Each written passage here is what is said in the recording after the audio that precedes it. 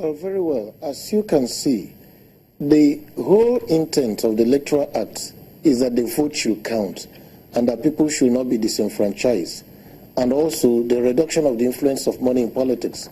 So I assume that whatever is being done in the National Assembly should be such that we make sure that the votes count at the end of the day. Now, for the card reader, I think it is imperative that the card reader be further tested and be made to work almost at 100% level so that it can be used across the board in all the elections going forward. So it will require a lot of resources, it will require a lot of time for the authorities, particularly, to perfect this act, and then it should be properly put down in the Electoral Act. Now, the other issue I think is important, which may not have been addressed, is that the courts have always declared that election petitions are sui generis. And their definition of being sui generis is that they use every opportunity in the law to use technicalities to defeat the ends of justice. And if we say that the whole purpose of an election, the whole purpose of democracy is to make sure that the votes count, that shouldn't be so. So we should be looking at a scenario where the courts do more of substantial justice in election petitions coming up before them as to reflect the wishes of the majority of the people who voted in a particular constituency, rather than the current democracy by court order, which more or less you find courts substituting their own opinion for the votes and the wishes of the majority of the people. Now, going further down, you will also take notice of the fact that money has begun to play a very major role in our elections, from the one that happened in Edo up to the one that happened in Ondo State. So I think that we should be careful and reasonable to amend the Electoral Act to cut down the undue influence of money in politics.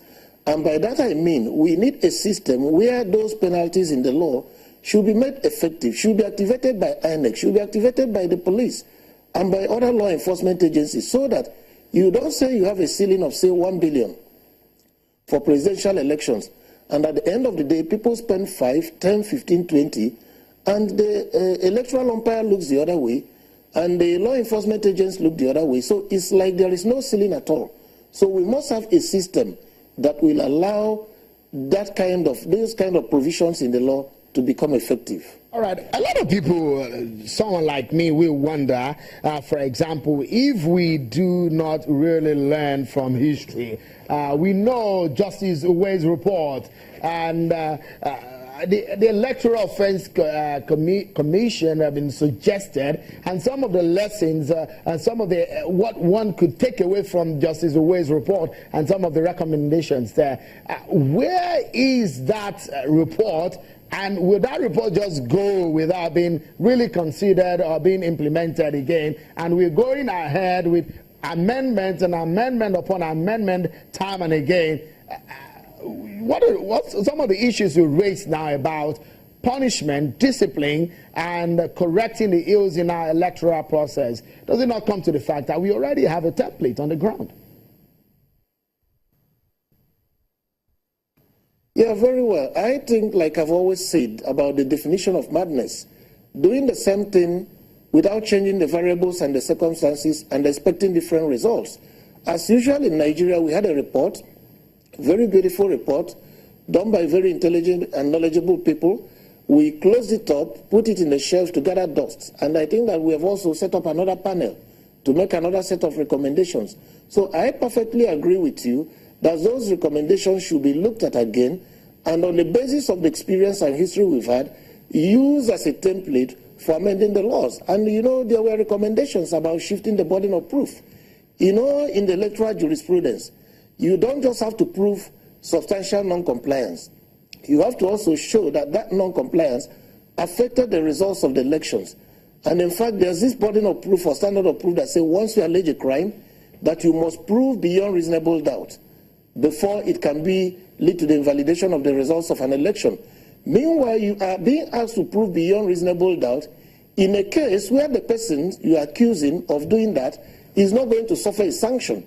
So it's not like as soon as you prove beyond reasonable doubt that an imprisonment term or a penal or a punishment or for the offense immediately follows. So you make it so difficult that even the Supreme Court has stated that if you need to prove that a presidential election was invalidated by corrupt practices or non-compliance with the Electoral Act, that you could actually set up lorries, the 911 type of lorries, loaded with evidence, bumper to bumper, from Abuja to Mina in Niger State, before you can be able to prove that.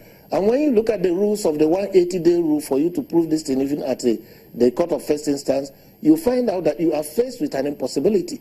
And some of us have always said that even the 180-day rule in the court of first instance, that we should discount weekends, you should discount public holidays, you should discount strikes, acts of God, insurrection, all those kind of things, you should discount them, so that the 180 days becomes the actual 180 days that you have to work to be able to prove your case. And it is also imperative for us to look back. When this section of the Constitution was amended, it more or less touched on the fair hearing provisions of the Constitution. And the Fundamental Rights chapter, the procedure for amending it, is different from the normal Constitution. You start this thing by normal two-thirds majority of the Senate and House, but the Fundamental Rights chapter talks about 4/5 majority. So we did not even comply with that section in the first place when we virtually amended very serious parts of the right to fair hearing. So there are quite a number of things that could be done, that could be properly interrogated. And happily that we are doing this amendment. Mr. Yekere, we still have more than 1 year or two. Just a moment. We need to go on a short break. And when we come back, more on the amendment of the Electoral Act as we dig deeper on issues relating to diaspora voting, the card reader, and the funding of INEC. That's after now. Join us again.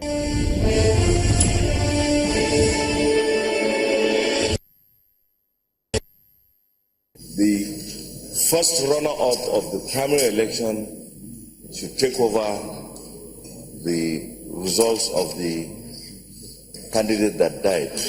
However, we discussed here that we should have another primary election.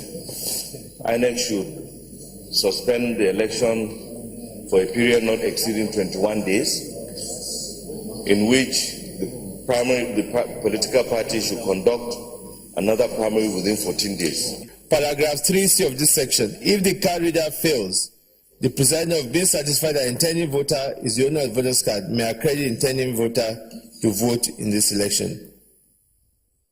And then we now go to page 11, provided that where the number of voters unaccredited under this subsection. Okay, those in favor of clause 4 stands part of the bill say aye. Those against say nay. The ayes have it.